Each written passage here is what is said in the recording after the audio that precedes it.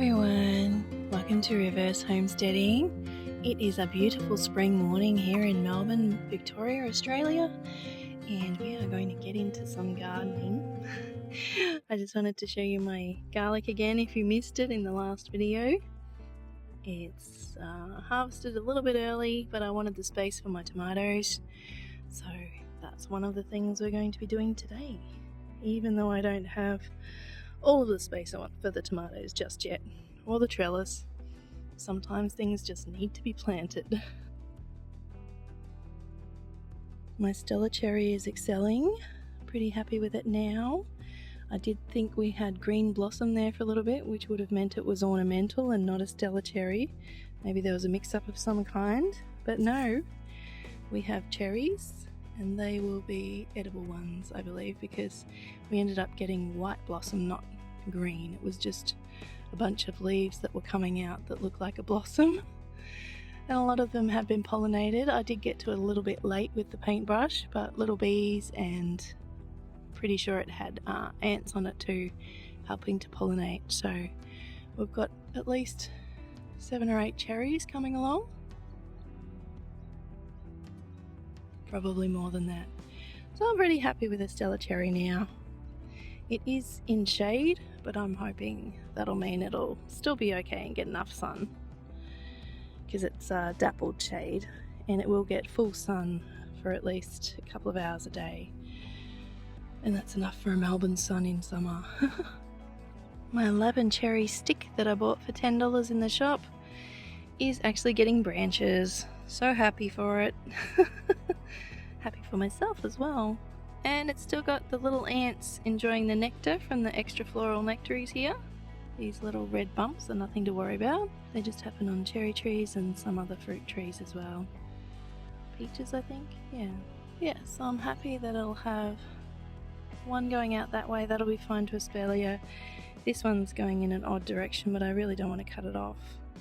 I might just gently bring it around here so that it's flat, so I'll have enough room to get in there to weed and give it some airflow behind it. But I'm very happy about that. Well worth the $10 for big beautiful Lappin cherries. I have shown you my cabbages recently, but I wanted to show you them heading up.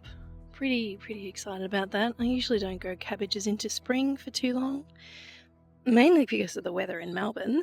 Today we are going to have a top of 25 degrees C, and only 2 days ago we had 2 degrees and 2.8 degrees as an overnight low. So it's just crazy.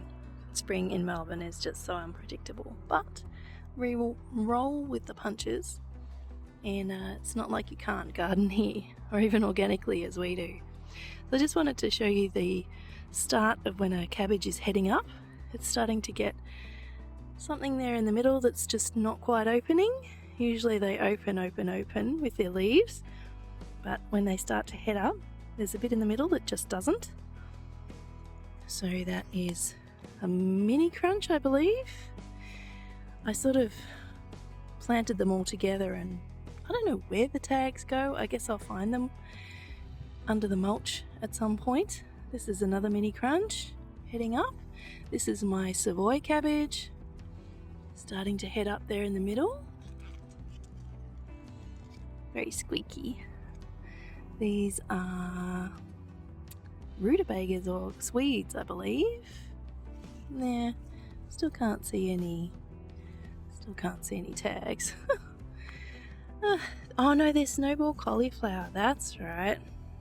So some late plantings, because I had a lot of trouble with germination, but I know now things that are going to be a problem. Put them in my mini greenhouse, mini DIY greenhouse, and they're protected from slugs and snails and crazy weather. A lot of people direct sow. Someone was saying in the comments they direct sow their beans, and that's fantastic, but as I said, the weather here is so unpredictable.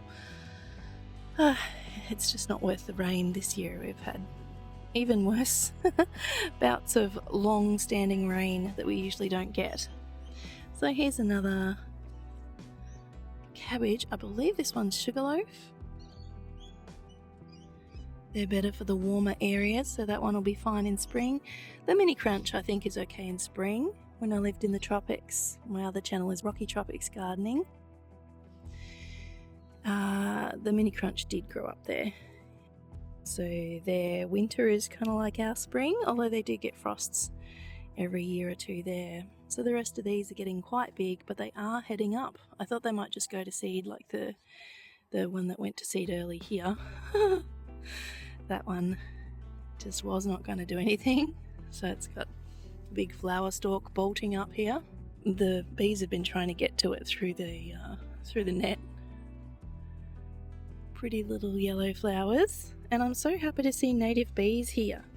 There are a few videos up north on my Rocky Tropics Gardening channel of native bees, but yeah, I didn't have much experience with native bees when I lived in Melbourne and previously.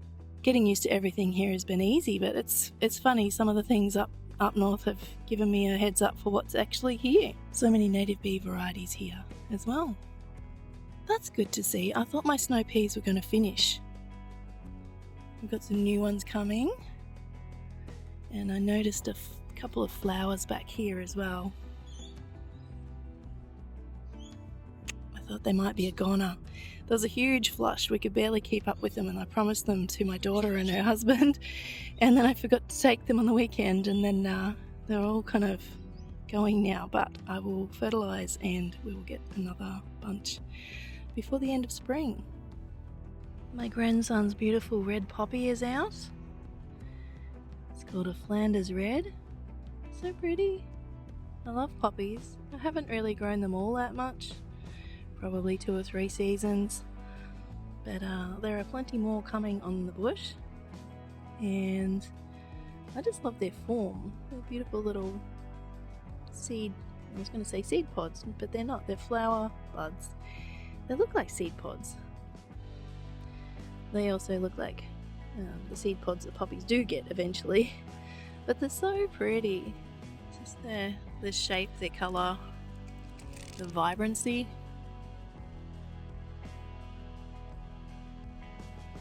Yeah, so out of the blue my son said, "Oh, would you like to have my grandson over today?" So I will go pick him up in the afternoon, and he will be pretty happy about seeing his little flower finally out.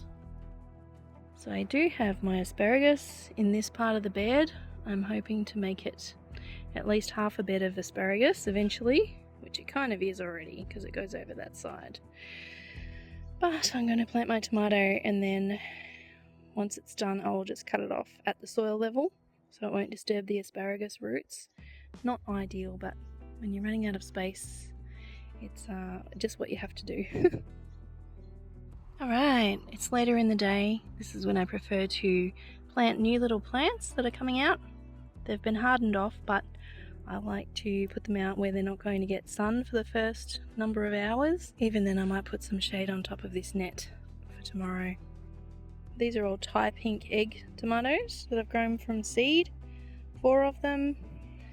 It's really not enough room for them, and the net is going to be too low, but the net will be higher and it will be a fruit fly net by the time we get them to fruiting.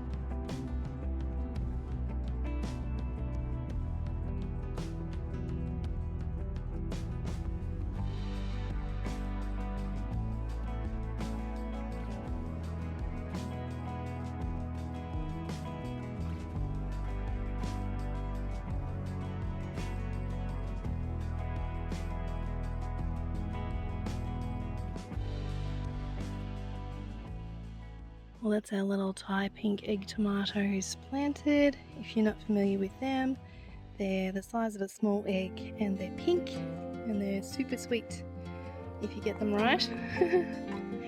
And yeah, nice little plants to go on with. But I hope you're having fun in your garden. Thanks for watching. I'll see you next time.